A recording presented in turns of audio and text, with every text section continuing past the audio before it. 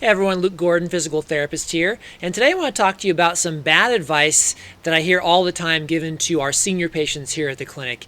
And this advice is very common. It comes from well-meaning physical therapists and medical providers, and I myself, in my 17 years of being a PT, have given it a lot over the years, and I'm just coming to appreciate it now more fully as I start to think about my later years in life, how just kind of limiting this advice can be. And so in this video, I'll tell you what that advice is, which you've probably heard, and then I'm going to tell you the better version of that advice. So what advice we should be giving our senior patients anyways or instead. And bear in mind that I say senior, we kind of think of like 65 and older, but depending on how old you are, you may have heard this advice even like in your 50s and 60s. But certainly as we get older, the advice tends to be the same. And so the worst advice that I really hear, I'll just jump right into it, is that most of the time people are advised to do low intensity, low stress exercise.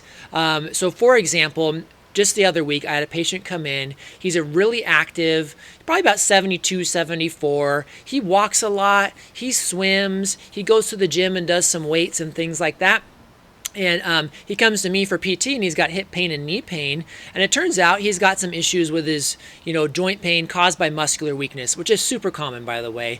With weak muscles, we tend to get knee pain. With weak hips, we tend to get knee pain, lower back pain, all these things. So anyhow, I'm talking to this guy, and I say, well, so when you've got weakness in your quads and your hip rotators, so when you go to the gym, how much exercise or how much weight are you doing? And he says, well, I do knee extensions, and it's about 20 pounds.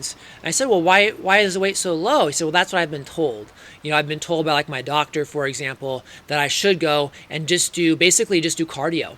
Do low intensity cardio for long periods. And the same thing would be when he's riding the bike. I said, well, gosh, it's weird that you have quad weakness. You're so active and you ride this bike all the time. What level of resistance are you putting the bike to? And then he says, well, I'm usually on low resistance, but I do it for 30 minutes.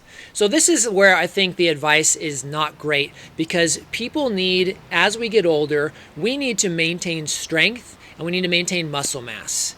And that's because we're going to lose it in general as we age, but we've got to fight to keep as much of it as we can in order to do the things that we like to do, especially if you want to be able to get up off the floor by yourself, do a deep squat, go up and down stairs. If you want to be able to hike and all these, or dance, or ride your bike or play pickleball, which is my big thing, until the day you die, you need some strength.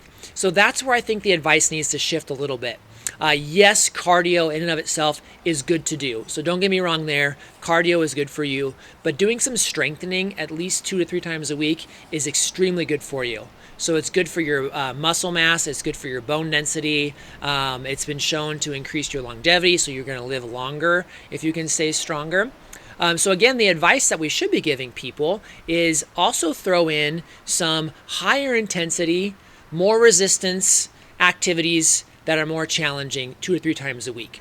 Actually, a lot of people now are saying 3 to 4 times a week. I think it's reasonable to do 2 to 3, and that's what I've always kind of strove for myself, for maintaining strength and for building strength. So again, when I say you need to do more resistance, let's go back to that knee extension for this patient of mine. And instead of doing 20 pounds for 20 or 30 reps, if you can do 40 pounds or 50 pounds and it's harder for you to do to the point where you can only do 3 or 4 reps, that's strengthening. That's strengthening to the point where your muscles will actually either maintain or build muscle mass over time. So that's what we want to do. Add in that intensity. The other thing that I really want to mention here is that the patient I'm talking about, very active guy. He wants to be able to do all sorts of stuff. Excuse me. He hikes, he swims. I don't think he plays pickleball, but I'll try to convince him to here soon. And he also, in addition to strength, a lot of times what people don't get is they don't get the stability and the balance training that they need. And the reason I think is the same as the first one is because a lot of our medical advice for seniors is more of a defensive model. Just try to maintain what you have, but don't push it too hard because you don't want to get hurt.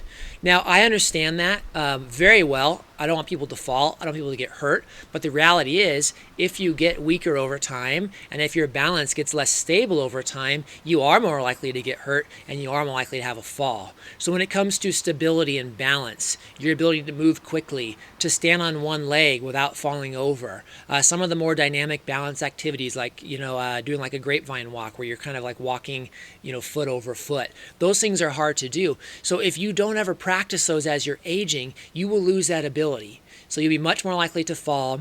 And then if you lose that stability, you're just going to feel less confident to do those activities that you like to do. So again, your strength is going to go downhill.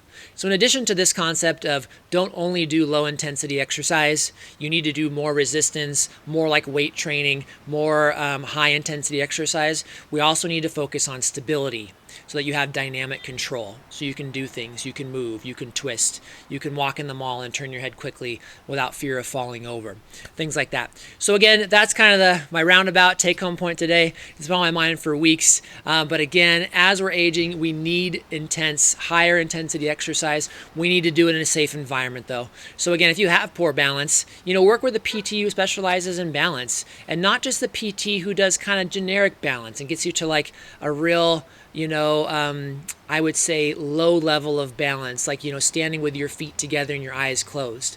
Like get to a PT who really will progress you with your balance and treat you more like an aging athlete, if you will. So get to that PT who will help you push yourself, because unfortunately, a lot of times it's hard for you to do that on your own without risk of injury. So again, that's the take-home point: higher intensity, more stability. If you want to live into your 80s, 90s, maybe even to 100, and you want to be active, you want to be independent, confident in your abilities, and hopefully mentally sharp as well, this stuff will all help you. So there you go. There's my rant for the day. Bad advice turned into good advice. I hope this helps you. Feel free to share it, of course, with an older person or a loved one. And if this advice has served you well, please leave a positive comment or something below the video. I'd appreciate that as well. So there you go. That's it for today. Thanks for watching.